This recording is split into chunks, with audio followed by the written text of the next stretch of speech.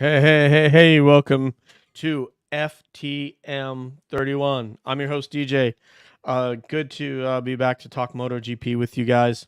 Been dupery busy. Let me get some music on in the background because I like some music. I want to get another jam in here, but I got to bring it over from another. I have it on some of the other shows I'm on, but you should be able to hear this a little. So anyway, check, test. So I am DJ of Calling All Beings, the host of Full Throttle Moto 31. So Kayla right now is in between races. Really trying not to bug her. I know she had a huge weekend, but I guess what I'll do from now on is kind of send out when I'm planning on doing something and then see if they want to join in. Maddie is taking care of business over in Germany at the German GP with her husband. Not sure what she's working on, but obviously a couple weeks. Sekhmet Racing International return to the Women's World WCR, the World Championship racing under the banner of World Superbike. So I hope to see them soon. I did send both of them a message this week. We wished Kayla a happy 17th birthday. And just super duper pumped that Kayla was able to knock out a third place podium in the race one of Moto America Supersport. And then she knocked out a second place in race two, which was awesome. So cool to see Kayla finally coming to terms with that motorcycle and the setup. And as she and I spoke about, I just kind of knew once those two things would come together that magic would happen. And Kayla proved this past weekend that she's as fast as those guys are at the front. She's very, very close. It's just a matter of time, and then she could be battling with PJ and that unstoppable force that is Matthew Skoltz on the Strack Racing Yamaha R6. Absolutely amazing. But as far as, Jake Lewis and the other guys and Stefano, I mean, Kayla the last weekend, even the weekend before, has gotten in front of those guys. So I'm sure they're seeing that there could be trouble as she's getting better in terms of their hopes of securing podium position. So congratulations to our homegirl, Kayla. We're very proud of her. Now, let's get up into some MotoGP to the DOGG.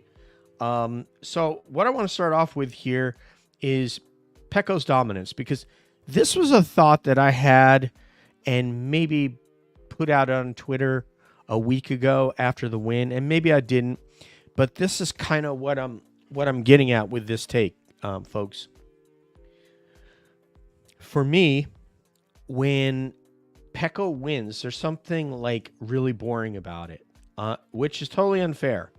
Because he is dominating, just absolutely dominating right now in the sport. And I hope, check. I hope everybody can hear me. Let me check my audio settings because I am not hearing. Test. Yeah, I'm getting good. Yep, I'm getting good audio, so we should be good. I'm not hearing the audio from Streamyard of the song I'm playing. So anyway. Not important. Back to Pecco. I went and listened to several podcasts, including our friends from Everything Moto Racing, the Race MotoGP podcast. And of course, Everything Moto Racing is, make sure I get these names right, Cameron, Declan, and Lauren, or Lauren, Cameron, and Declan. Great, amazing, beautiful minds for this sport. Obviously, everybody knows the race with Matt Beer, who was absent this week. No, actually, Matt Beer was there. It was Val Harunchi was covering F1 and Simon Patterson. Amazing. And Paddock Pass with David Emmett, Adam Wheeler, and Neil Morrison. And then sometimes, obviously, Steve English is on there as well. Amazing podcasts. So, and even Oxley Baum heard them this past week as well. It is boring when Pecco wins. When he jumps out and all of a sudden he has a 3 or 4 second lead and then the races are only there for second or third, it's a boring GP weekend. And so this was the thought in my head. And because I'll say these things, because obviously I don't have to stand in front of these riders, it wouldn't be nice to say that and then have to go interview Pecco, right? But everybody says the same thing. It's kind of like, wow, this weekend isn't so awesome. And it's really just because when Pecco wins, it's boring. If somebody else is winning, whereby it be a Maverick like at Coda, or if it were Pedro, if it were Mark, Jorge winning, and Pecco's sort of battling for second and third, it's kind of exciting. But when it's just Pecco running away with the race, it really isn't exciting for some reason. I really hate to say that, but that's what I see. And that's why I think last weekend was not the awesomest. Then obviously Mark had the issues with tire pressure. Enea Bastianini amazingly climbing through the ranks to get up into, I think he finished third place because Jorge held down second for the entire race. And he made some valiant attempts, but they have that bike dialed in so well. So Pecco's dominance, real quick. It's really interesting that, again, we have this conundrum of, is it the rider or is it the bike? And in the GP24, you see both. You see a rider like Pecco who is extracting the absolute most from that package in the GP24. And then you have a rider like Frankie, Franco Morbidelli, who we call Frankie or Fast Frankie. I say sometimes not Fast Frankie. Struggles with that package. Now, he did finish 7th. If I look at the standings this morning, and you kind of notice that in the practice, which set up our who was going to be make Q2, it was Vinales, Martin, and Oliveira were the top 3, and then you see Bagnaia was 5th. Whereas in the early one, we're seeing the very familiar situation where sometimes Bagnaia doesn't have things quite dialed in that first practice, and then they keep refining and refining the package. And by tomorrow, I predict that you will see Bagnaia in the second or maybe even the first position there in qualifying in Q2. Whereas Morbidelli, he was 13th in that first FP1, and then in the practice, I believe he was 7th, which kind of seems like where he's finished a couple of races. Yeah, he was 7th, right behind Bastianini. And I predict in the race he'll probably be something similar to that or even further back. But is it the rider? Is it the bike? The age-old question. It has to be both. You can have that package, and you can see when someone's a little bit inconsistent, like Bastianini. You see the results today. He qualified 6th in the practice, which I guess is overall for those 2 sessions. And then in the hands of people who have sort of mastered the package and are maybe a little bit more focused, you're seeing results that look like Francesco Bagnaia and obviously Jorge Martin. It would Pecco be doing this on a lesser package? I don't think so. I don't think that would be happening if he were on a KTM right now. I think he'd be doing well. I think he'd be doing very well to develop that bike. But I don't necessarily think he would be forward of where Acosta is, and I certainly don't think he'd be in the front 2 or 3. He could be a place or 2 ahead of Acosta. I think that's reasonable to assume. And Acosta qualified 8th, so he'll be in Q2, but not by much. Obviously, everybody's times pushed Mark out, and we're gonna get to that fateful practice that took out so many riders, and really was just a really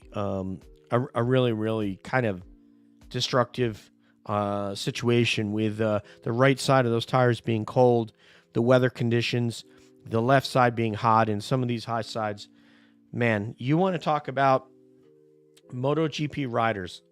I mean, how tough they are to get back on those motorcycles. Mark, to have that kind of a high side and go out and set a time in one lap that lasted almost the entire practice until he got bumped down out of the top 10.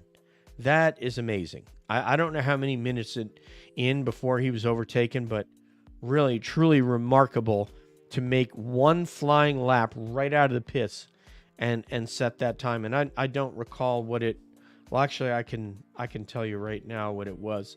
He set a 120.384 right out of the pits. I mean, that's really amazing. You know, and then you look, it was only a few tenths that he was beaten by that took the top spot after, it was a 119.622. So really it was a little more than that, but yeah, that's pretty awesome. Amazing job by Maverick this morning. So Pecco, amazing, but boy, it's a boring weekend when he's dominating, and it will be this weekend.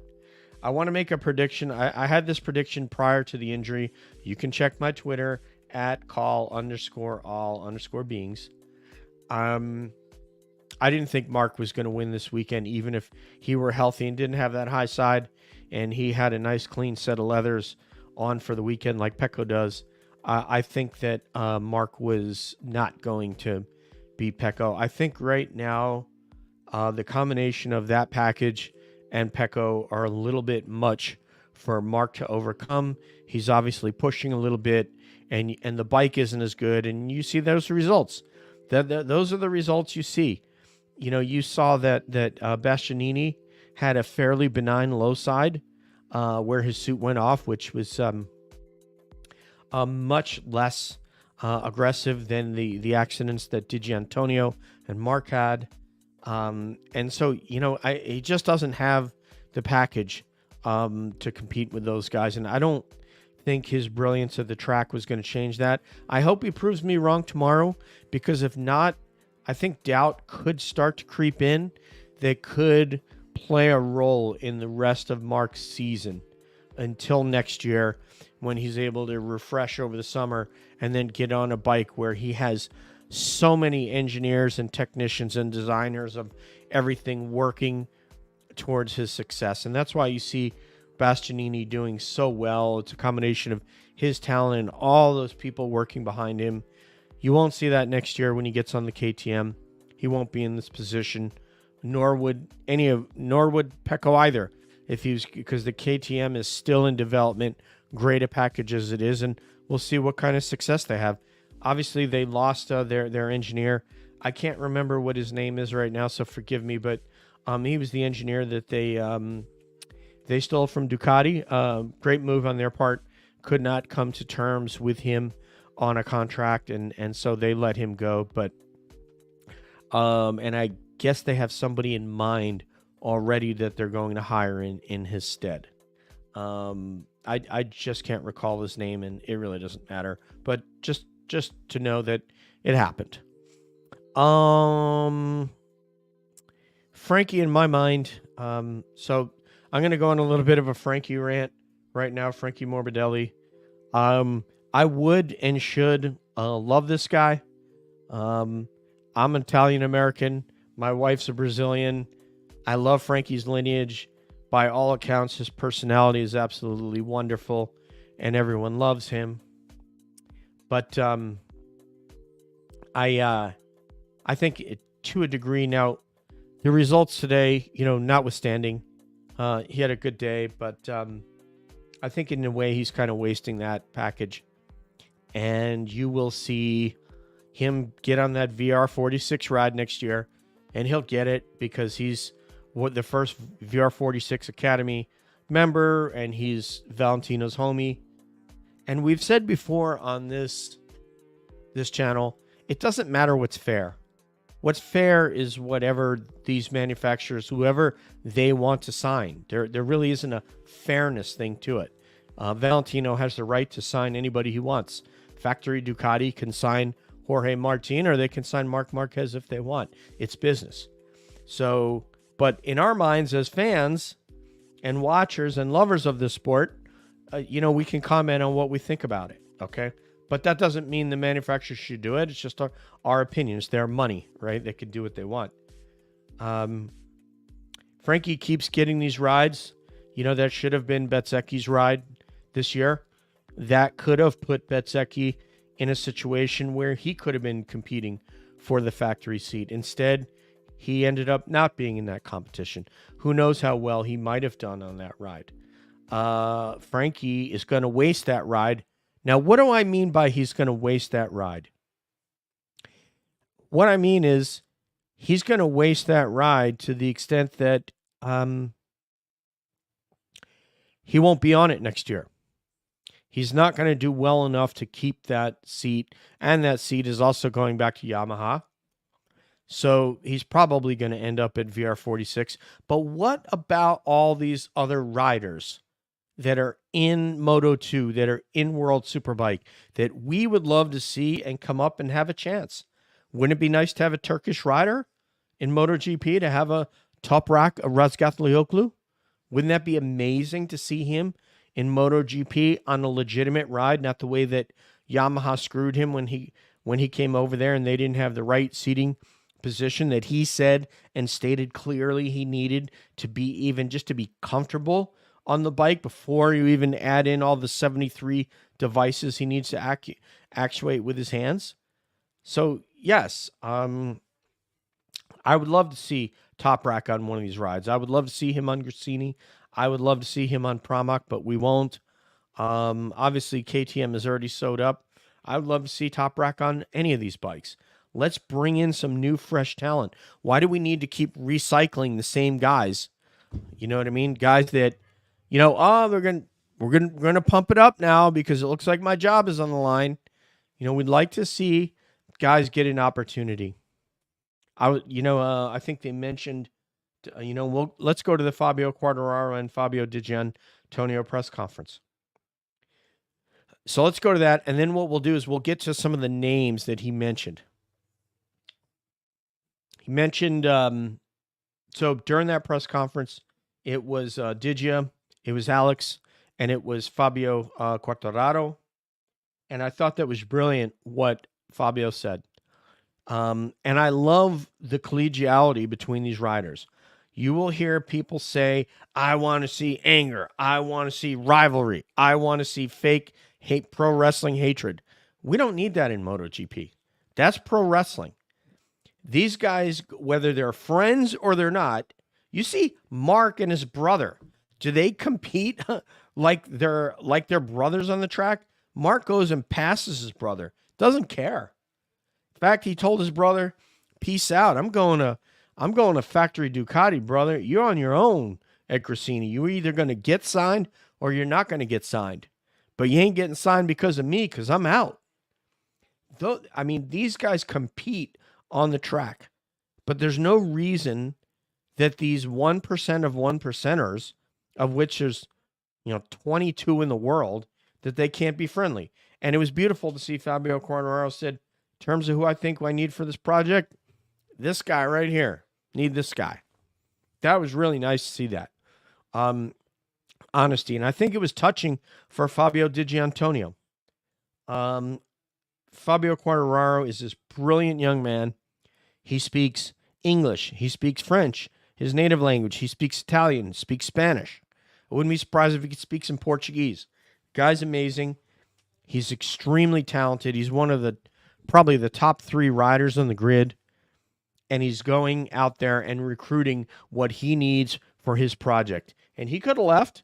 He could be sitting on a Ducati next year. It's probably what I would have told him to do. But he's playing a long game. He says Yamaha will be back. It's only a couple years. We're all going to be riding 850s. Nobody has advantage in an 850. You got to give the guy credit, man. Got to give the guy a lot of credit. So yeah, I was very, very impressed with what those guys did. Very, very impressed. Anyway, what else do we have here? Let me check my virtual background. Looks like I need a little bit of fade here. There you go. And that at the top should go in. Good. Got it. All right. My background looks good now. There's no little fuzzies in there. Okay, so I thought that was really nice. Digia, we'll kind of see what he's made of. Easy thing for him to do, if you're Digia, the easy thing would be for Digia to stay on a Ducati, maybe. I mean, if you're going to give out a GP25, if you're going to put out, and Pecco, if you guys heard the Pecco press conference, he said, want to see 4 guys on GP25s. 4 guys, not 3, like Gigi Dall'Igna said, which means Gigi Dall'Igna will probably win. So if there's one bike that's going out that's going to be a factory bike to a satellite team, who are you going to give it to? I'm not giving it to Bits. I'm giving it to Fabio Di Giannantonio.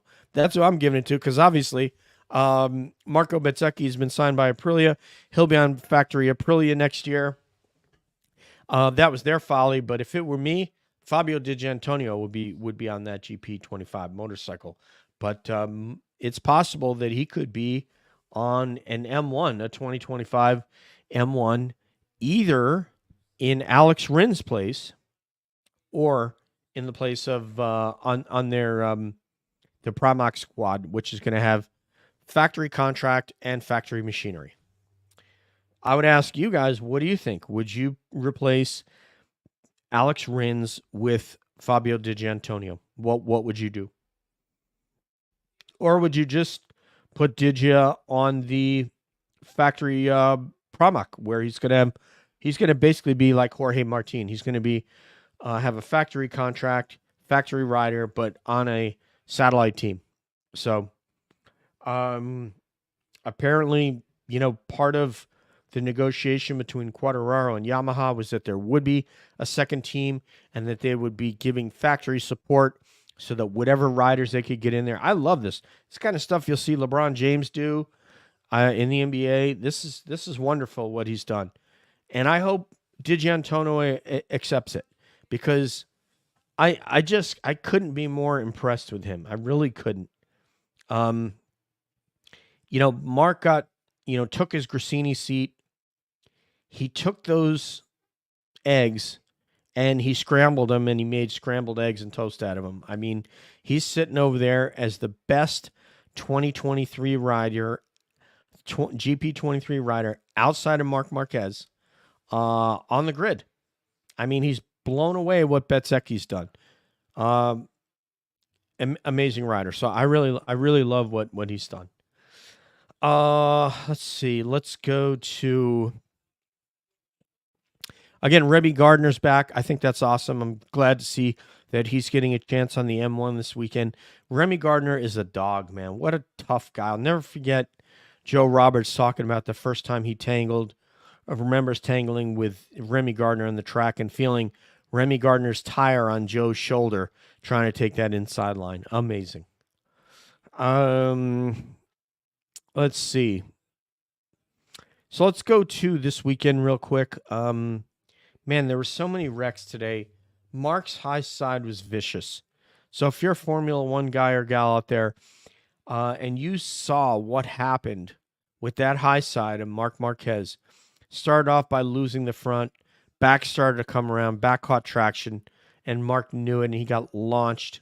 He broke, apparently, his pinky finger. He has bruised ribs. As my friend Simon, I shouldn't say my friend, somebody I've met, Simon Patterson, says he probably shouldn't be racing. Yeah, that's probably true. Unfortunately, they just don't take injuries as seriously. The GP medical staff's like, okay, this person's breathing. They seem to have their arms and legs all seem to be attached. Okay, I don't see skull fractures. Okay, let's send him back out on the track. It seems like that's the standard. Can you put how many fingers you see? Can you speak clearly? Those kinds of things, and like you're out there. So Marco Bezzecchi had a vicious high side. Aleix, due to the earlier injury, only made it, I don't know if they said 1 lap or 3 laps, and he couldn't go anymore. God bless him. He's hurting. I think it's pinky finger, that he uses for the throttle of his right hand. Just so many guys went down today. Pedro went down. Just tons of guys went down. Joan Mir went down, made those gesticulations like Marquez made last year. Do have much respect though, man. Much respect for Joan Mir sticking it out and staying with factory Honda next year. He could leave. He could grab one of these seats. So it could be two things. It's pride, it's money, and it's, hey, I came to make a project better, and I really didn't finish the job. I just left, and left Luca Marini hanging. So I think it's value added that he's staying. And boy, in Japan, Honda, get yourself a place in Barcelona, man, and get this thing figured out, because this is bad. This is really, really bad. Really bad. There are too many guys that just, I heard for the first time today, I don't know if it was Simon Crayford saying that our friend Taka Nakagami, might call it a career after this season. And obviously he's just riding around the track, trying not to get himself really hurt for the rest of his life. And you can respect that. Try to develop the product. He's stayed through several different riders, just like Stefan Bradl. But I respect Taka, and I respect whatever decision that he makes for his future. Trying to think in other news. So that seat is open. His seat could open up right there at next to help me out, folks. His seat could open up next to Johan Zarco. And if that's the case, maybe Ayagura makes the move. I mean, at some point, you got to move, man. You got to go. You got to take that bike, take its warts. Don't think of it as a career killer. Raul Fernandez is still here. I mean, look at Raul. Had a great day today. Still doesn't have his GP 24, but I asked Simon Patterson. He says that Raul Fernandez will, when we come back from this summer break, Raul will have his GP 24. He qualified 12th. Very, very respectable. At one point, they said half a second covered like the top 13 guys or something crazy like that. I mean, that's nuts.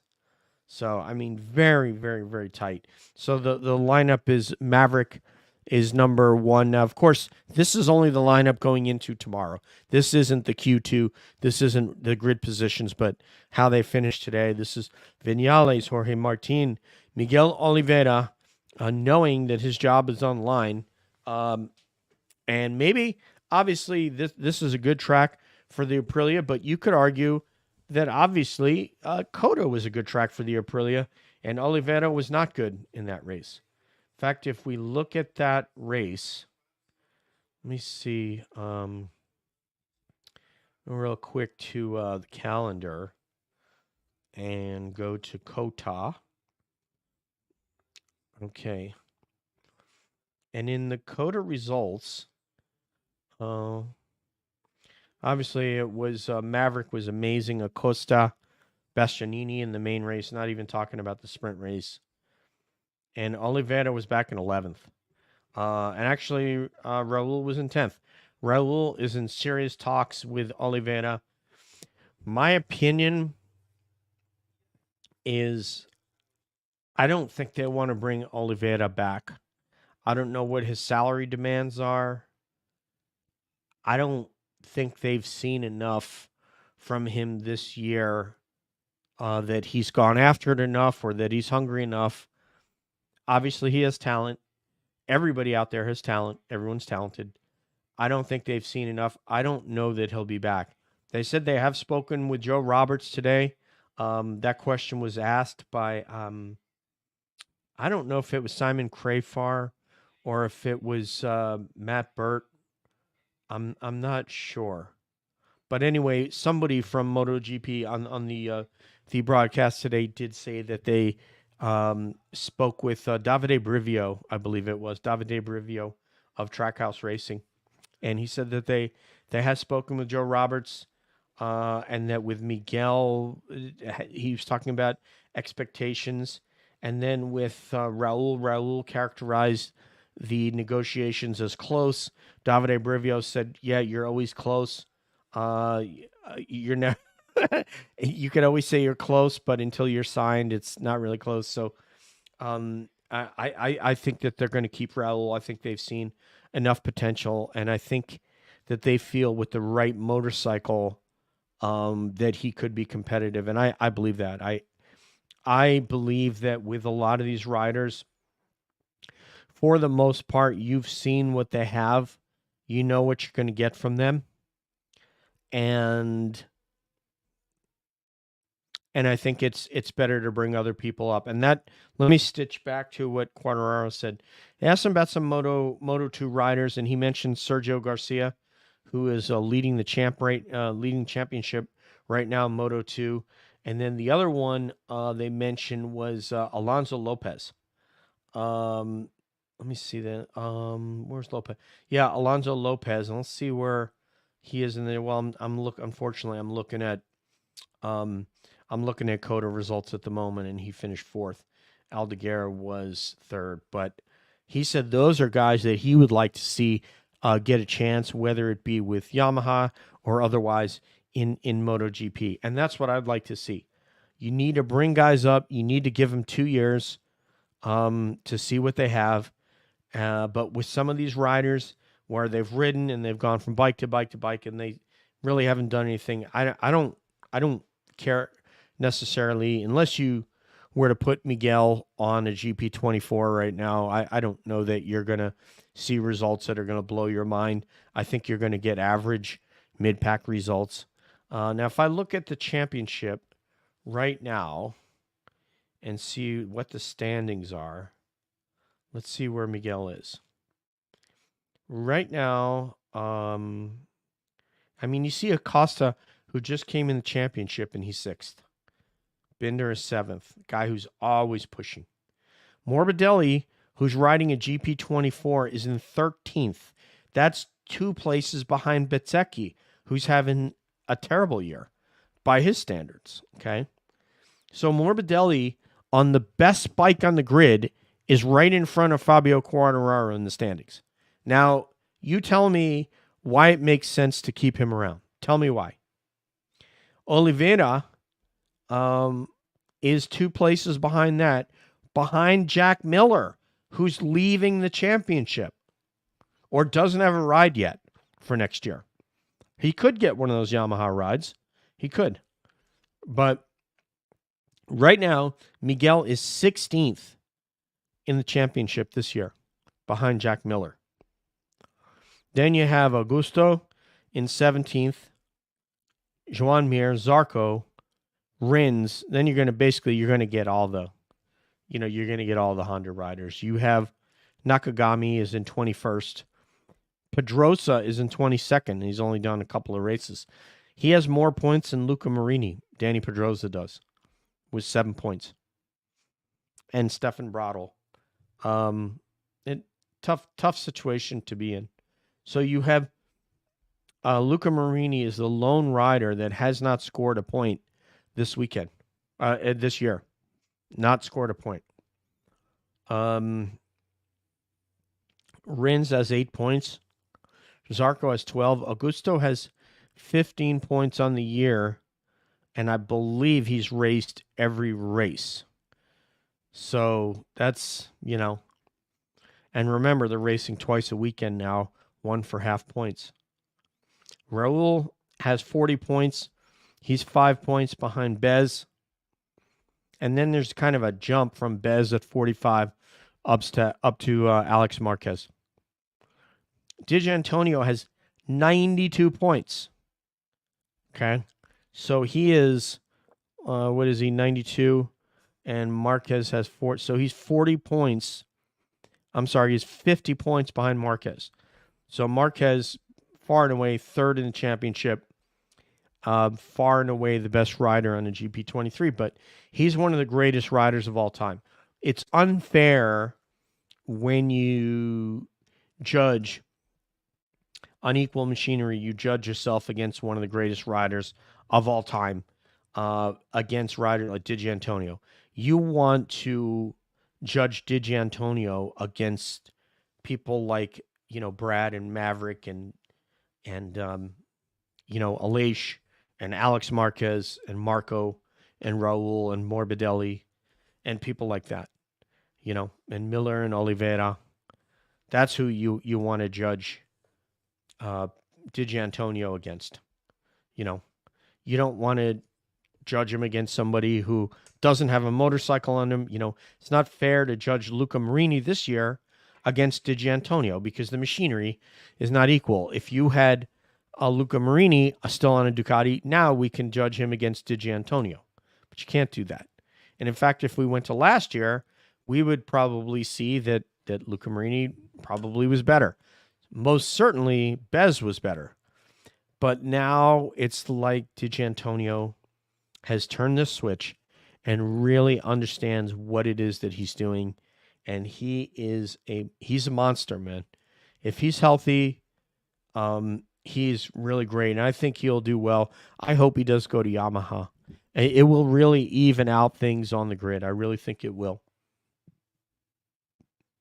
But as far as Morbidelli, yeah, he'd be a World Superbike or something on a Ducati right now. Whatever Ducati that is, Barney team, I don't care. He wouldn't be on this second. He wouldn't be on the best bike in the grid right now if it was me and Frankie Morbidelli. He doesn't, in my fan mind, he doesn't deserve that motorcycle. That could go to somebody like Digi Antonio, or Marquez, or I don't think Morbidelli should be on that bike. And if you saw him on that bike next year, you will see that it'll be very similar results. I don't think he's raced well enough to have earned it. However, it doesn't have to do with fairness. It has to do with what teams want to do, and it also takes a really dumb move by Bezzecchi in not taking that motorcycle last year, one that he likely regrets, despite what he's going to tell you now that he's going to be on Factory Aprilia. So I hope that he really gels with that motorcycle and that he and Jorge Martin wreck shop. That would be awesome next year if those guys are running up front. I would love that. So we'll see what happens. Anyway, look, let's call it a night. There's a great MotoGP weekend potentially ahead of us, depending upon who's healthy. So many guys have hit the ground, unfortunately. So many guys have gotten hurt. I'm praying, hoping that everybody's okay and that they feel safe and they feel strong mentally and physically to go out there and battle tomorrow in qualifying and in the sprint race and then in the main race. Simon's pointing out there's definitely a problem. That's the sport, man. Unfortunately, that's racing. That's sports. Is it right? No, it's not right. These guys should be taken care of. Their health should be guarded. This is probably why they need a rider union. Oh my God, DJ said union. But they probably need a rider union. And maybe in a test rider role, Leish would be good for something like that. Or Zarco, right? So anyway, thank you, everybody. It was awesome. It was awesome chatting with you tonight. Follow us on YouTube. It is at Full Throttle on Twitter, it is at Throttle_31. On YouTube, we are Full Throttle Moto 31. You'll see us there with Kayla. And hopefully the ladies will come back soon and grace us with their presence, their knowledge, and their insights. So everybody out there, all you motorcycle fans, keep spreading the word about how amazing our sport is. Try to get some of those Formula Ones over here. Welcome, Lewis Hamilton. Coming by Grassini. We would love to have you, Lewis Hamilton. Welcome, bienvenidos, benvinda, etc. We would love to have you in MotoGP. So thank you, everybody. Peace out. One love, and we'll see you down the road or down the track.